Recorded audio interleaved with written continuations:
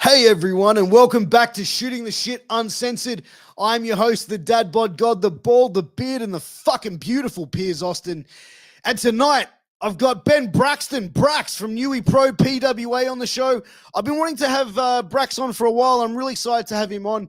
He's one of the top up and comers in the Australian wrestling scene. Period. I mean, you see this guy perform. He has a great look, great gimmick, and puts on some banger matches. So make sure you check out some of his matches on Fight TV on PWA and also Independent Wrestling TV with Newy Pro. And there's going to be other places I'm sure Ben Braxton's going to pop up. But before we get into the conversation, I just want to take a quick second, a quick pause to thank one of our amazing sponsors and help us keep this show possible, free every single week, multiple times a week, baby. And that is Sleefs.com. That's SLEEFS, Sleefs.com. Now, listen, if someone you know is an athlete, someone in your life, or you're an athlete, you need to check out Sleefs.com. They've got all your gear and clothing taken care of, guys. They've got armbands, compression pants, compression shorts, compression socks, headbands, boots, mouth guards, and I'm going to mention those dirty boxes. They are incredible. They've sent me boxes of these dirty boxes. They're the most comfortable boxes that I own. How many times can I say boxes in 60 seconds? Boxes. But guys, seriously, they're an amazing fit. They are comfortable and they have amazing designs on the front of them to keep that special person in your life giggling when the belt buckle comes undone. So guys, go check out sleeps.com. Use promo code MWAPOD to get a 10% discount on your final purchase. And guys, wherever you are finding us, thank you for tuning in. I appreciate it. Please like, share, subscribe to the YouTube channel. Follow us, subscribe on Twitch. If you're listening on a podcast platform, please give us a 5-star review. I appreciate it. It goes a long way. It helps us bring more amazing content to more amazing people. Quick shout out to my homie in the comments, Josh Tattersall, who's in hospital at the moment. Josh, hopefully all goes well tomorrow. You are having a bone marrow transplant tomorrow, I believe you were mentioning. I hope all goes well, brother. My thoughts are with you and looking forward to seeing you at a show very, very soon, Josh. But guys, without further ado, let's get into the show and let's get into my conversation with Ben Braxton. Yeah!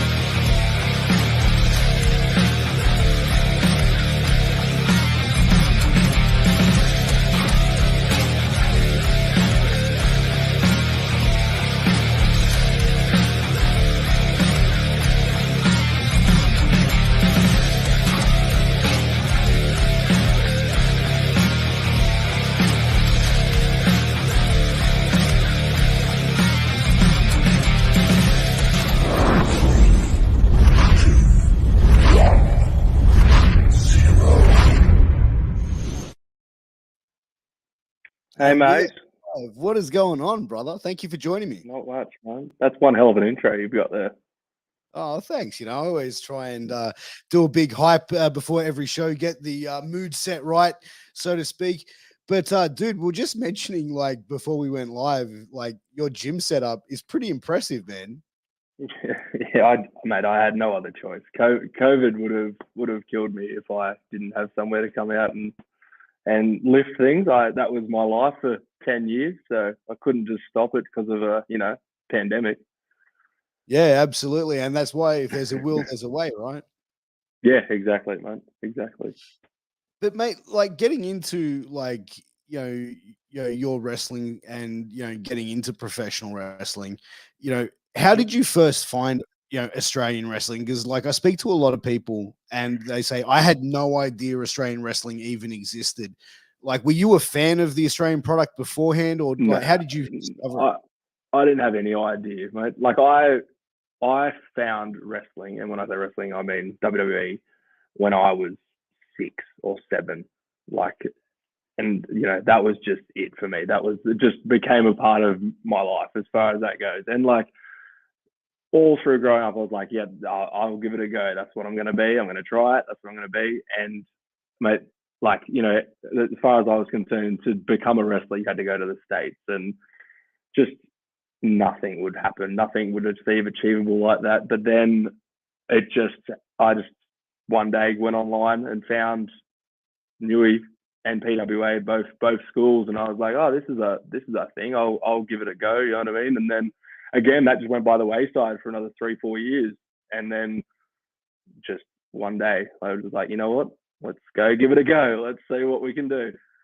But as far as seeing anything, like, no, I hadn't seen anything locally. I just, you know, you see those clips online of backyards and mattresses and just think that's anything outside the mainstream stuff. So yeah.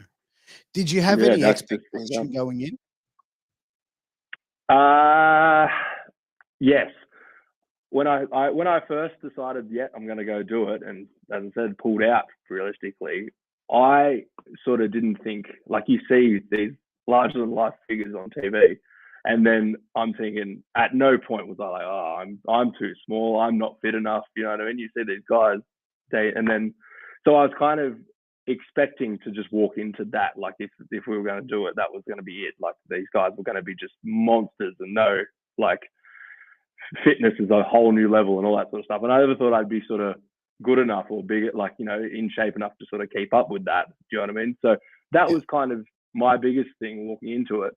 But then, like, once getting there, like, wrestling's for all shapes and sizes, like, and then I suppose as far as a production level goes, you just sort of picture a ring, no entranceway, like 10 fans in the crowd. Do you know what I mean? But, like, I was blown away when I finally, like, went to a show, and I was like, wow, like, this is bigger than you think. It is. It is. And I think that, like, that's the reaction that I like, or what I'm told by a lot of people, that it's sort of, once they actually broke in, that were like, they weren't expecting how big it was. And that's from people from, like, WA, Melbourne, Sydney, you know, all over the country. And it's like, they all have these interesting stories, how they actually found it. But, you know, walking in and started training down in Newy, like, I take it you're a Newy boy? Central Coast.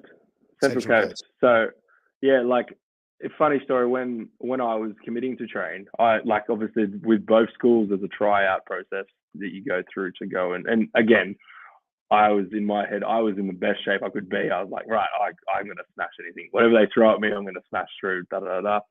And I was going to PWA to train because I just thought, if you're going to become anything, it's going to be in Sydney. As much as, like, Newcastle now knowing is huge, but it's not Sydney in my head at that stage. And I was like, Sydney or Melbourne, that's where you're going to get noticed if you're going to get noticed. So I was committed. I was going down to PWA to train, and it was teaming down. It was raining. I was halfway down, and I was like, is this what I'm like? I obviously working full time and all that, and I'm like, can I commit to 2 hours of traffic, you know, 2-3 times a week just to go and train? And it came down to a coin flip, and I knew that Newy had a tryout 2 weeks later. So I just was like, in my head, flip the coin and came up, turn around and go to Newy, sort of thing. And yeah, that's how it happened, sort of thing. So I was, and, like, obviously hindsight, everyone's sort of linked, and PWA and Newy are very close and all that sort of stuff. So yeah, I suppose it was just my mindset of going that, like, Sydney's the biggest, you know, everyone's going to know who's come from Sydney, da, da, da, da. So especially small little Central Coast, like, you mention Central Coast to anyone, no one knows it. Oh, like, I think unless you're from, like, New South Wales, you'd probably know it. But, like, I think as well, like, you know, the product overall, like, in Australia is so good, and it's been so good. Like, I was originally starting going around shows, like, 20 years ago, like in 2000, 2001.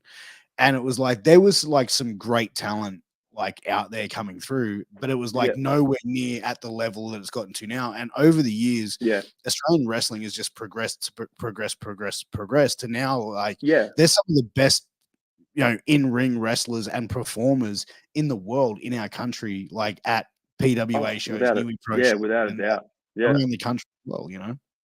Yeah, well, the first, like, so I did the tryout at Newy and like obviously got through that.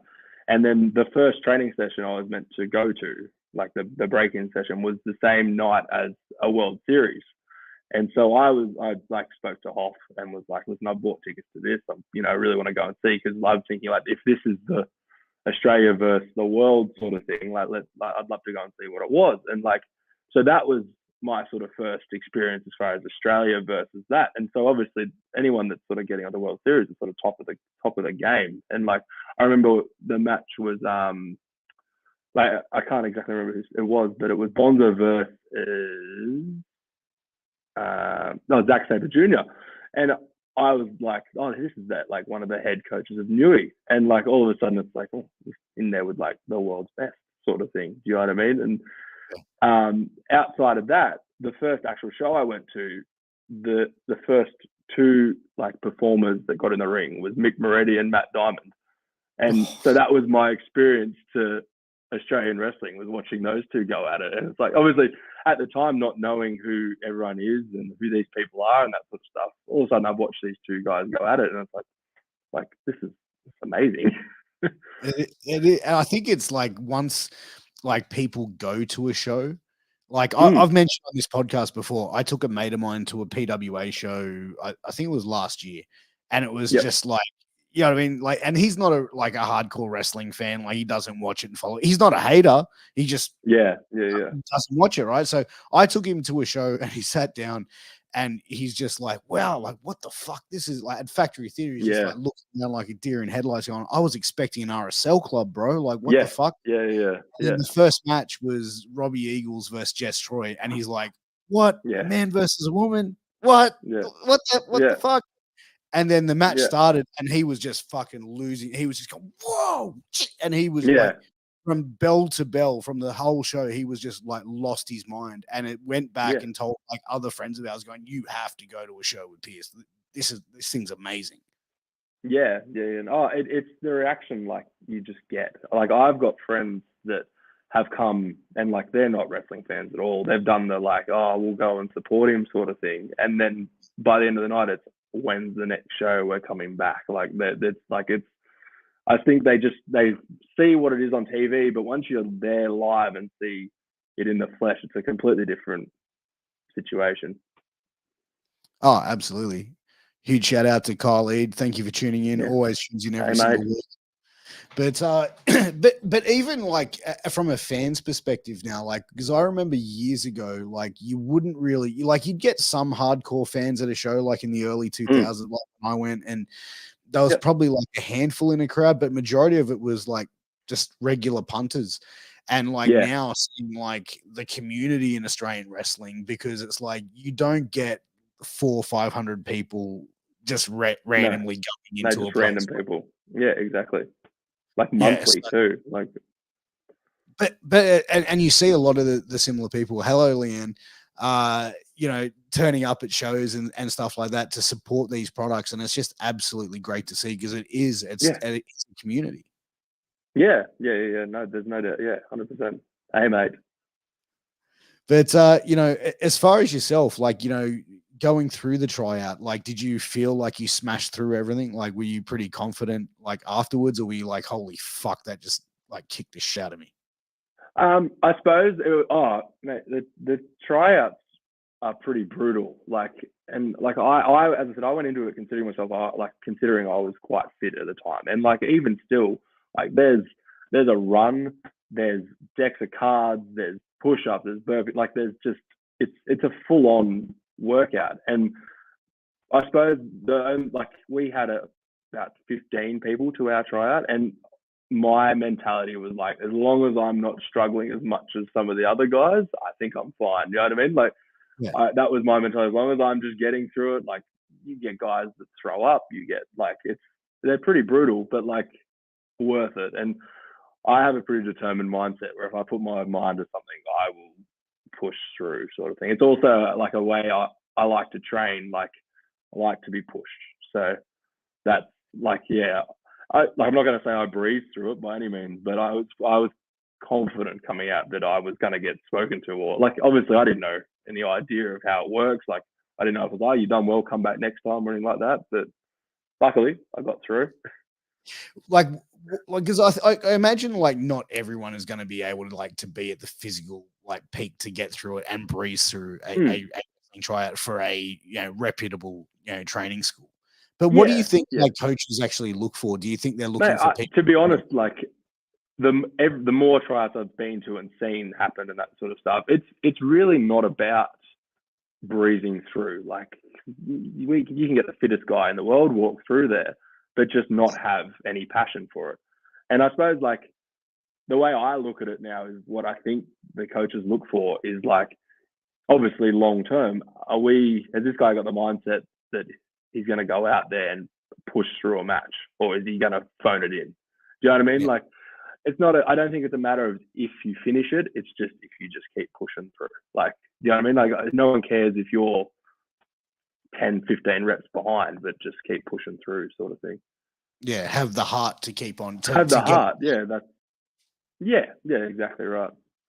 So how long into your training before you started like, rocking up and being on shows? It would have been, I'd say I had an original debut and it would have been probably about 9 months in, and it was under a mask, and we don't talk about it that much anymore because it was not a fun experience by any means necessary. I won't tell you the character I was or where it was, but it was an interesting experience. I remember laying there mid-match, like vision impaired, all sorts of dramas with this mask and get up and all that sort of stuff. And I remember laying there in the match going, wow, you've made it and you hate it. Like that was it sort of thing. But that aside, probably 12 months in, I came out as Ben Braxton with Tyson Reed, and then it's been sort of non-stop since then. And with as far as the character, like how did you come up with Ben Braxton, the character? Like what did you envision for it? I didn't come up with it. It's not me. It's I really feel like with my wrestling, I got thrown into a deep end, and it's a sink or swim, and it's probably what I like as well. You know what I mean? But it was go out and be this lad gimmick because Tyson needs a heavy, basically, and portray this character that I could not be further from in that. So even like we were the lads, but I always tried to gimmick myself as like a thug or something like that because he nails that role so well, and I do not. The whole bandanas thing was me coming out wearing a bandana because here I am, I'm living my dream of being a wrestler in front of a crowd. I'm meant to walk out looking miserable and angry, and under that bandana, those first couple matches, I had the biggest smile on my face. Like that was the idea of it, just to hide that sort of stuff. So, mate. I've tweaked it to sort of suit me a bit now, but even still, there's definitely more tweaking and different directions that character is going to go. It's not me. It's hard. Like as much as I know, like people should be able to portray.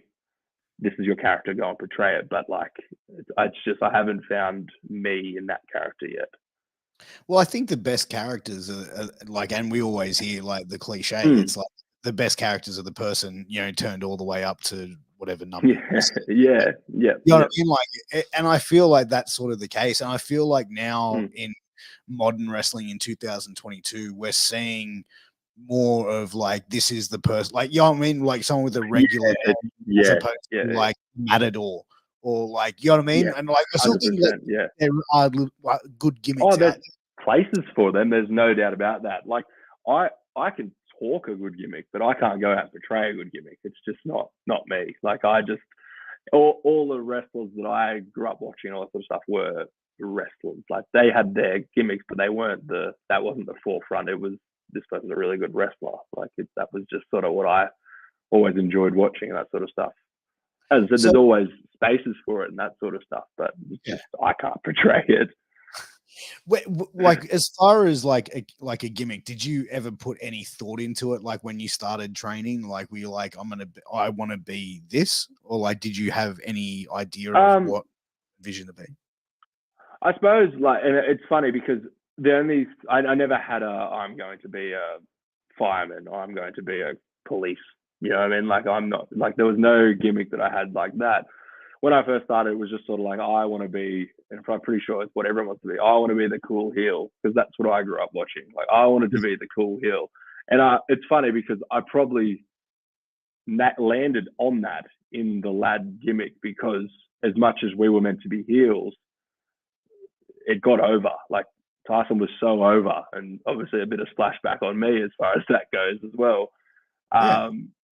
So I kind of got it, and then didn't know what to do with it, if that sort of makes sense, because I was green as like, you know what I mean? Like I was thrown into these matches with heaps of experienced people, but like all I'm concentrating on is the match itself. Like these guys are out there entertaining, and I'm like, right, this is what we're doing.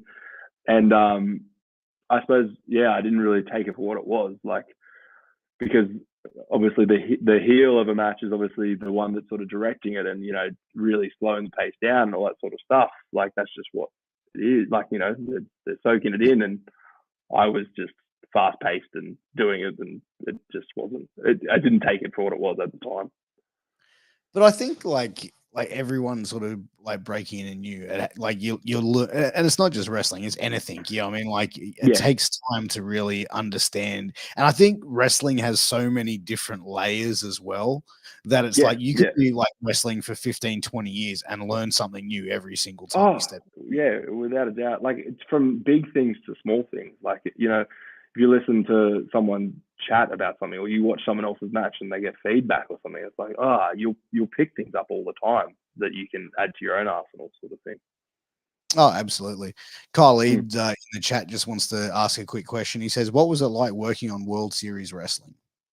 That was a huge goal for me, and like still is, because like that was, as I said, like that was the first thing I saw in Australia. So that was like, okay, this is what I want to get to. That like small goals, I suppose. You know what I mean? Like Yeah. get through everything. If I can get onto this, that would be great. And I mean, it's an experience. It's a different experience to anything I've done elsewhere, sort of thing.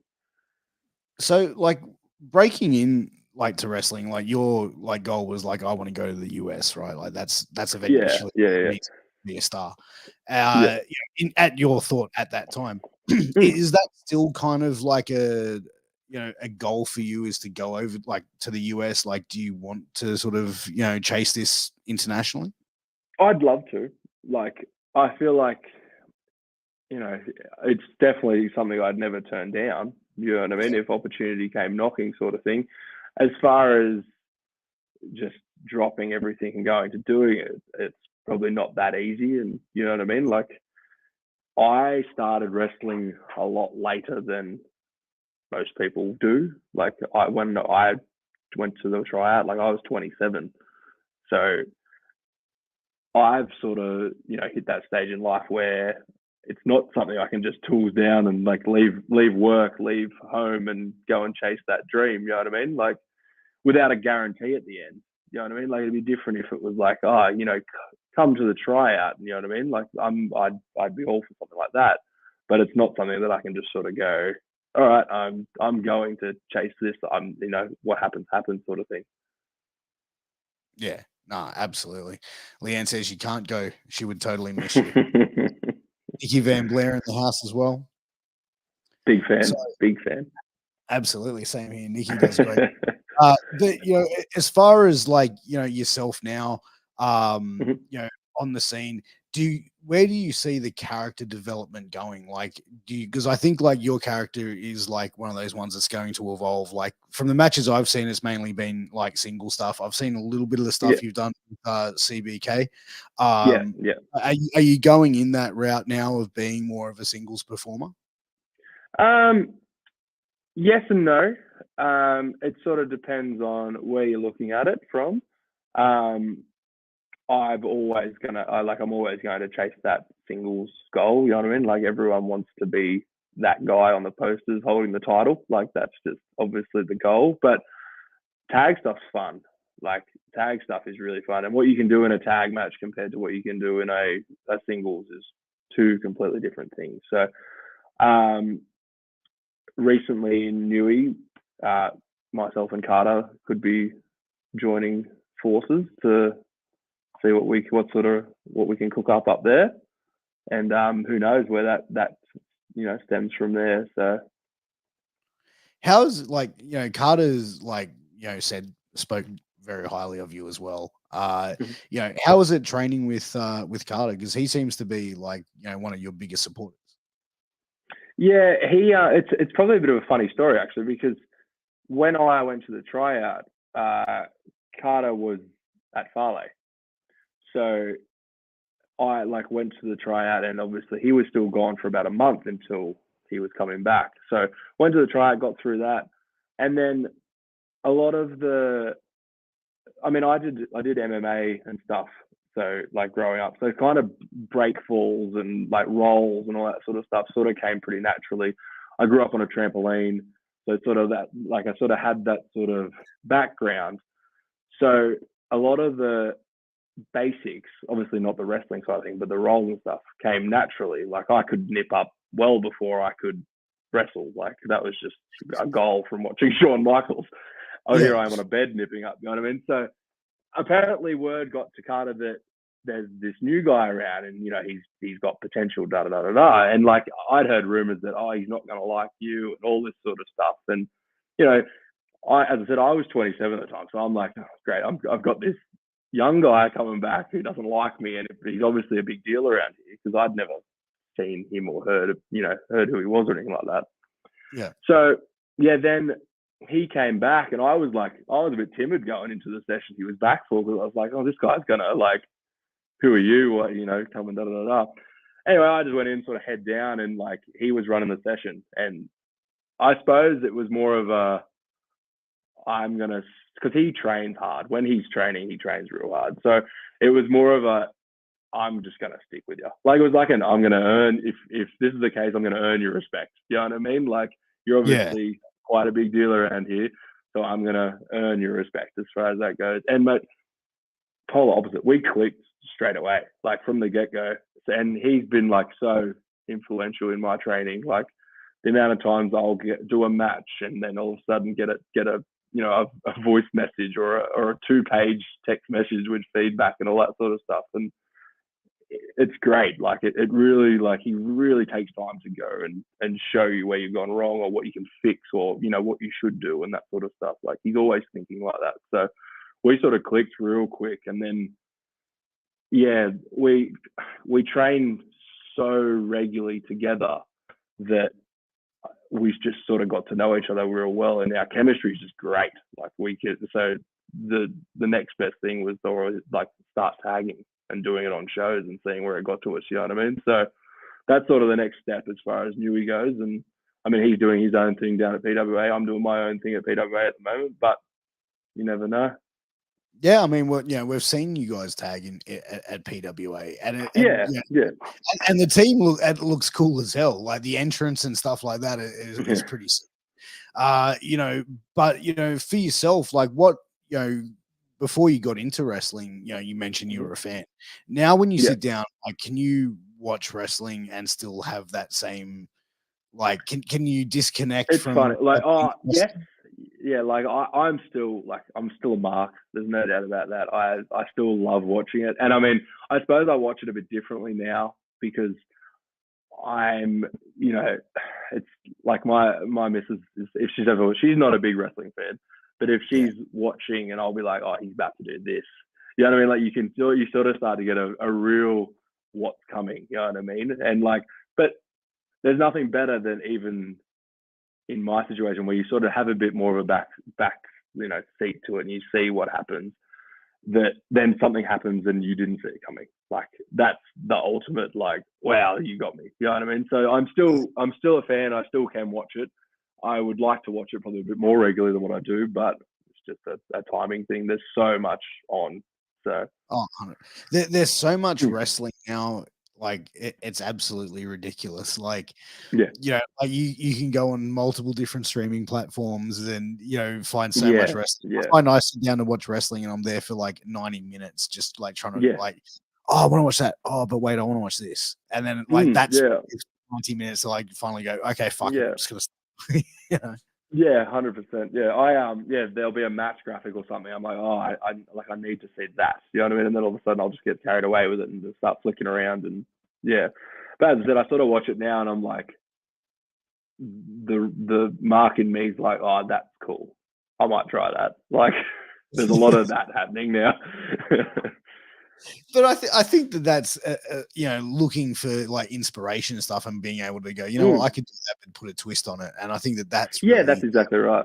Yeah, it's like you know, for me, like I find watching, you know, like wrestling sometimes, like because I watch a lot of wrestling and sometimes I'm just like, I need to disconnect from wrestling completely and you know, what's something else, you know what I mean, or just like, you know, disconnect from it. But for like, what was it for you about wrestling that really drew you into it though? Like, was it promos? Was it in ring? Was it characters? I think it was just like the just the entertainment value of it, I suppose. Like I've always been a bit of a fitness freak. Like that's just always been my thing. As I said, I grew up on a trampoline, so like gymnastic sort of stuff always impressed me as far as people doing things. And then it's like you put all that together and put your you know, your best villains and best heroes of movies all into one thing, and it was like right there on the screen. You know what I mean? So I suppose it was just a bit of everything as far as that goes. Did you have like anyone that like let you watch working that really inspires you? Like Shawn Michaels was always my favorite. Like growing up, he was always my go-to. Like as far as it, like just the as everyone probably says, like the goat. Like he just has that ability to do it all. Like, and even to this day, like I'll go back and watch stuff of his and just be like, he's so ahead of his time for what he did. Like, but now, like as I said, I'm a real mark when it comes to sort of AEW stuff and that now. So I'll like Pac and like Balor and stuff like that. Like in their prime, they're the guys that I sort of want to emulate and do like similar styles with. You know what I mean? Like, it's just that athleticism and that ability to do it. It's just great to watch.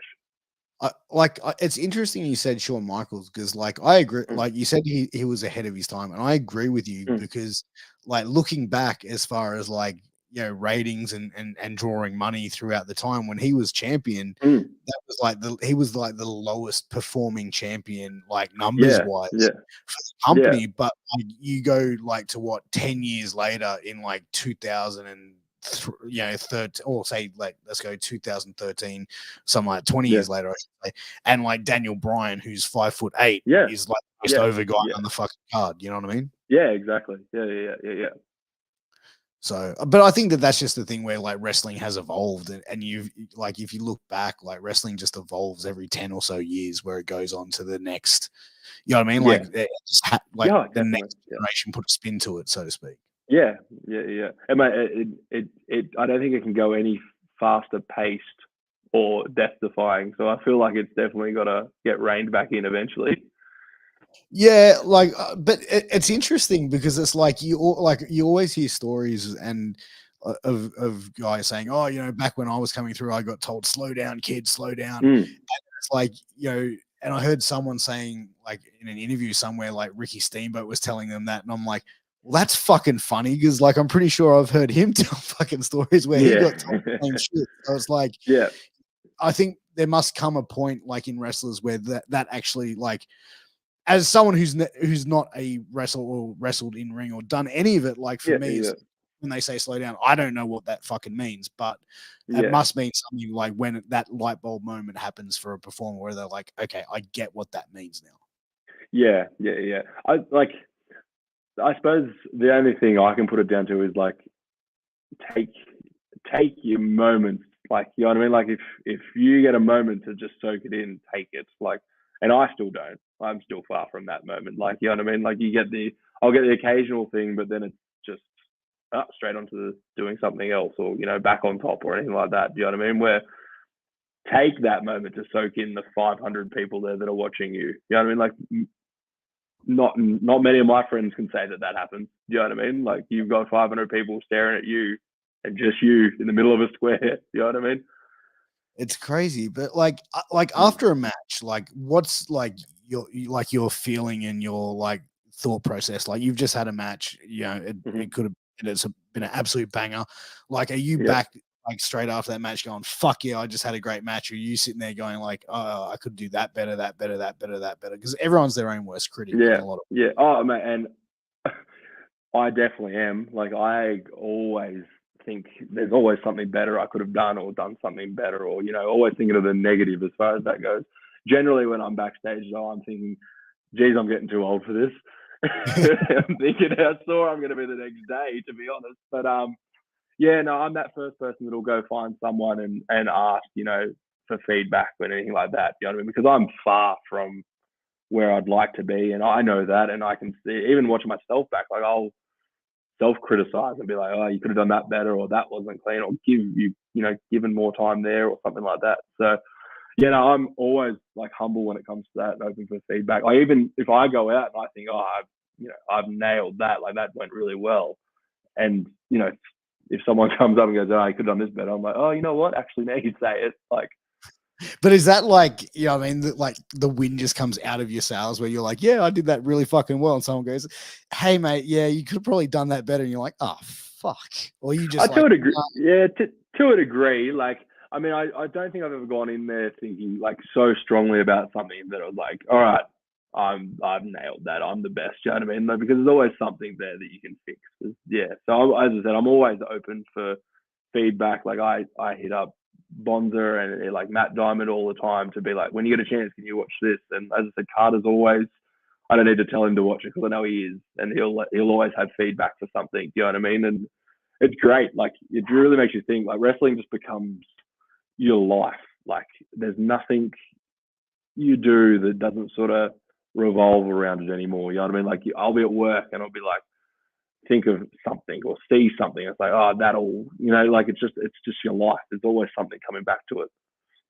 Yeah, it's like, I think it's when it's a passion, and I think for a lot of people involved, like in the Australian scene that I speak to, like, you hear the passion in the voice when you talk to them about it, and you can see it. Yeah.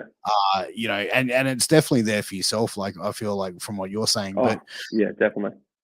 Like, as far as like, you know, going into, you know, the next stage of your career though, like where do you see, you know, yourself as a character developing? Like, do you have any thoughts of like where you want to take your character?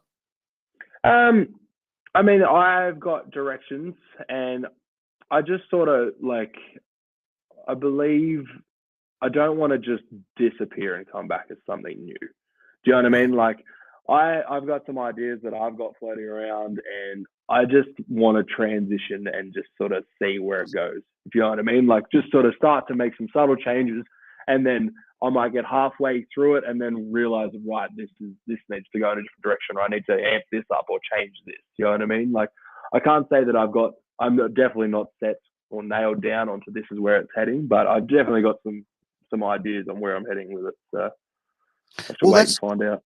Yeah, well, that's kind of like what Rick did, right? Like, because he mentioned when I had him on, like, you know, going from like the headhunter to the chief, and like just doing small gradual changes until it morphed into what it is now. Yeah. And like, he did it so well that like he changed before I'd even noticed.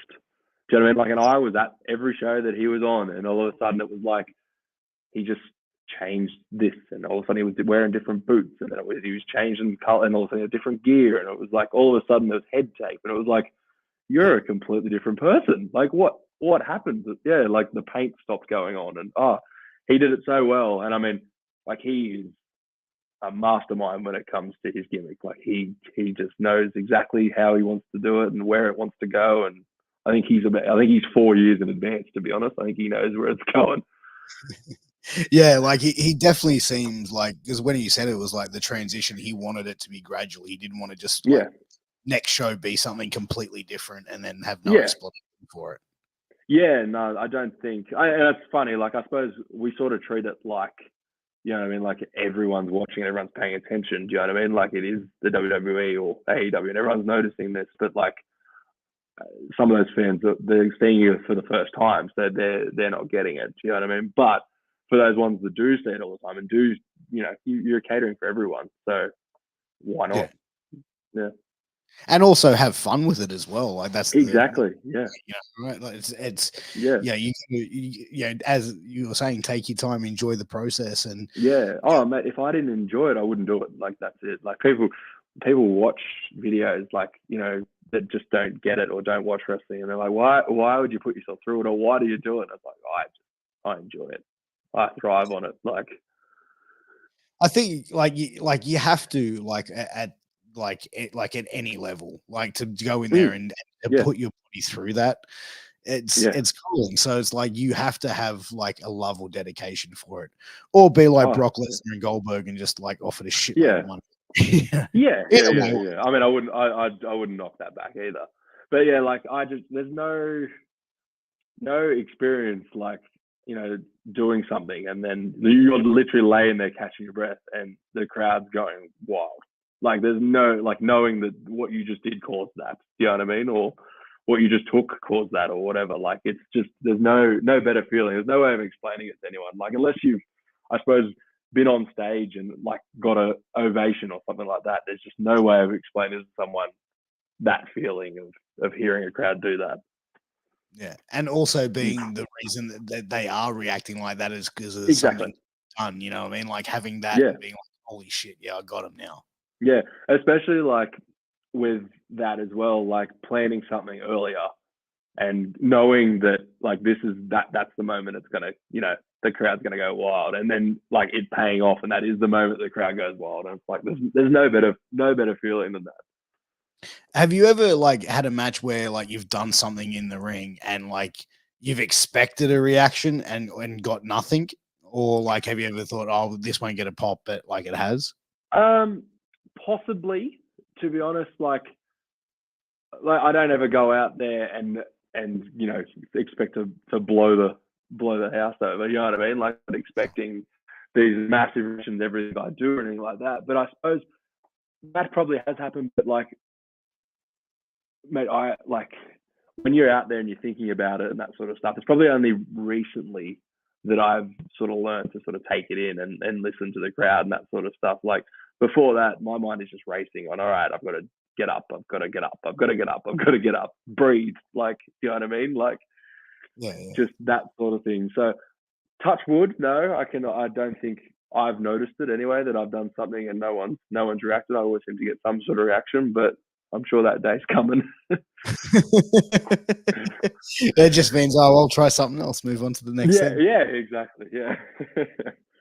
But like, as far as like, you know, going in there and, you know, with your matches, do you try and go in and have an idea of what you're going to do throughout the whole match? Or is like, do you have certain things that you like to plan out and go in there and call the rest as the match is unfolding? Oh, mate, I like to know what's happening. I am definitely not at a level where I could go out there, that I am petrified of going out there and calling something on the fly or something like that. It's not definitely not my forte. I like to have my stuff penciled in, and this leads to that sort of thing. Have you ever had to be in that experience where, like, you know, you've wrestled a veteran, they've gone, we're just going to go out there and just wrestle and call it off? No, I've heard people do it, but thank God no one's actually done it to me. So I wouldn't know how to react to that, to be honest. It worries me just not getting enough time to plan it, let alone go out and do it on the fly. Well, I think it would depend on who you're wrestling as well, right? I suppose, yeah. It's not saying, I've been put in situations where people have called stuff and you sort of go with it, obviously, and that just is how it is. But the fact that if we were both going out there blind and calling it, I would hate to, I'd hate to it'd be a nightmare. It'd be a bit terrifying. But, you know, as far as yourself, though, like, you know, since you've sort of made, you know, your debut, you have really made an impact, I think, like on the scene. We've seen you on, a few shows, for PWA, a few shows for Newy Pro, and sort of making your way around. Is there any feds that that out there in Australia that you're like, hey, I really want to work for this company? I mean, like, I'd be open to anyone reaching out to, you know what I mean? Like, I really would feel like I've sort of made it if people were, asking for me to come to there. Like, MCW would obviously be a big one, just because it seems to be the big, like, the other big one on this side of Australia. You know what I mean? EPW would be something I'd like to go to. Like Renegade, there's heaps out there. Like Slam. Yeah, there's many out there that I would definitely like to go and jump on and go and give it a go, sort of thing. I suppose it's just hard because when you've got PWA once a month, you've got Newy once a month, like time sort of, and then there's other events that pop up in amongst there as well randomly. You know what I mean? All of a sudden you've got a month full of wrestling, and like I'm full time working 5-6 days a week, like. Yeah. Fitting it all in, plus obviously having a family at home, it's a lot to fit in. So, as I said, I'm definitely all for it, but you just have to take it as it comes, sort of thing. Yeah, and fit in with your lifestyle as well, which is another important factor. Yeah, exactly. Yeah, but no, I'm definitely all for it. As I said, I'd love to venture off down to Melbourne or over to Perth or something like that. Like it'd be fun. It's amazing how many good promotions that Australia has, and like the matches. Oh, exactly.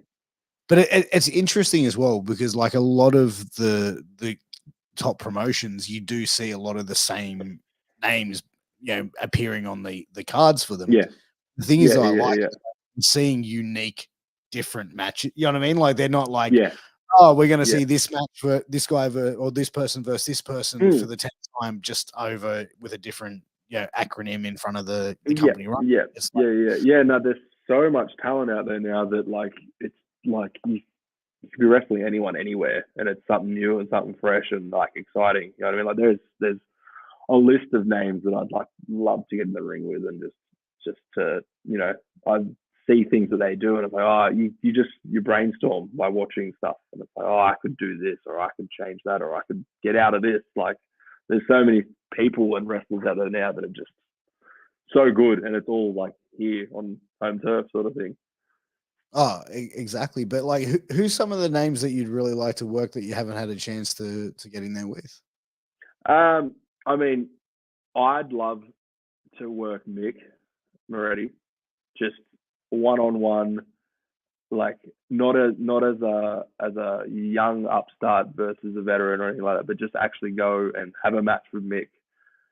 And he's so good, and just get a chance to get in the ring with him like that would be great. Robbie, I had a brief training section of a match with Robbie, and I've never been more nervous in my life. And I'd love to obviously get in the ring with him. I mean, there's heaps. Like they're just like two local ones. You know what I mean? Like we could go anywhere. That's the thing. Like it's this, as I said earlier, like we've got like some amazing performers here in Australia, and they're up there with like the best in the world. Like you can't deny it. Yeah, no, like as the Mick is just phenomenal. Like Diamond, like me and Diamond have only had a brief interaction in the ring. Like I'd love to have a singles match with Diamond. I always say to Diamond, I feel like our chemistry just would be terrible. Like it'd just not mash together at all. Why do you feel that? Just different styles, or we had a brief match at FWA, and it was just a section of a match. And me personally, I just think it was one of the most clunkiest sections, and not because of him, because he is one of the most smoothest wrestlers you've ever seen. It's definitely because of me, and I just reckon he's just going to be that one that's going to I'm just not going to gel with. And he's always been someone I've watched and just like wanted to emulate. You know what I mean? He's so good that I just reckon we would just not gel. But I think as well, like how long ago was the match at FWA? Oh yeah, they're pre-COVID, so yeah. So it's like he still holds me to it. Don't worry. Yeah, but like, you Yeah. as a performer would have evolved since then. So Yeah, I would definitely hope we would tear it down. But yeah, I think I've got this little thing in the back of my head that just says, "Don't stuff it, don't stuff it." I'm sure you'll do fine. But it is that time of the show, ladies and gentlemen. For 60 seconds with Piers. If this is the first time you're tuning in, how this works, I'm going to fire a bunch of questions at Mr. Braxton, and he's going to answer as many as he can, and he's got 60 seconds to do it. So when you're ready, you let me know, and I'll start the clock. Let's go, mate. What sport did you play as a kid growing up? NRL. Favorite song to sing at karaoke? Skip. Would you rather fight 2 horse-sized ducks or 100 duck-sized horses? 100 duck-sized horses. What is your biggest pet peeve? Chewing your mouth open. What is the shittest gift you've ever given someone? That I've given someone. Yeah. Probably nothing. Just a blank card. What song do you know all the lyrics to? 8 Mile. Would you rather win $10 million or live for twice as long? 10 million. What did you get in trouble for most as a child? Not going to school. Snapchat or TikTok? Neither, but TikTok grabs my attention.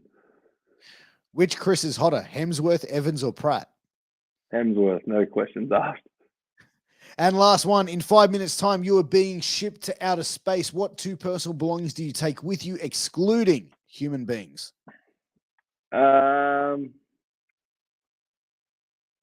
will go probably a phone and a charger. I don't know what I'm plugging it into or how the reception's going to be, but maybe I can get a little bit out of it. That has been 60 seconds with Piers. Thank you so much for coming on the show. It's been a great conversation. I've really enjoyed it. I hope we can get you back on again somewhere down the line. But where can everyone find you on social media and get some Ben Brax merch? I've got a small amount on wrestler merch or just at shows as far as the merch goes. There's definitely some new stuff coming soon. Social medias are all Ben Braxton Pro. Not too big on Facebook, and I'm sort of getting into Twitter, but most on Instagram. I'll see you there. Absolutely, I'll be there as well. So we'll see you guys there. But guys, again, thank you for joining us tonight. Thank you, Ben, for being our guest. Guys, please make sure you like, share, subscribe this video and the channel. Also go on all those podcast platforms and hit that subscribe button and leave a 5-star review. It helps us grow. It helps us get bigger and bring more content to more amazing people. But guys, thank you. And we'll see you guys again on Thursday night. All the best. Take care. We'll see you soon. Peace.